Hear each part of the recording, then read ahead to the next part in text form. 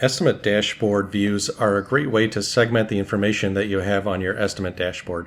And if you look at the drop-down here, this is your views drop-down, and you can save multiple views, as many as you want really. You can edit them, delete them, save as different versions, and modify them as needed. So while Trackfront comes with one default view, you can actually save that as another view and modify it as needed.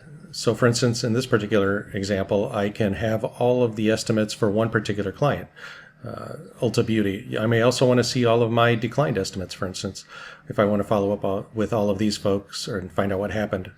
Or here's a view where I can see all of my sent estimates that have not been viewed. And this kind of flags me to say, why have these folks not viewed the estimate, even though I sent it to them? So these are completely customizable however you would like them customized. You simply go into any one of these, click on Edit, and then you can filter by keyword, category of estimate, by a particular contact in the organization or multiple organizations, for instance. And you can choose a particular status, if it's a draft, expired, or whatnot. Or you can choose multiple ones or all of the statuses. You can display certain columns and not display others, if you don't care about seeing some of these, or you can rearrange your columns in any order that you want.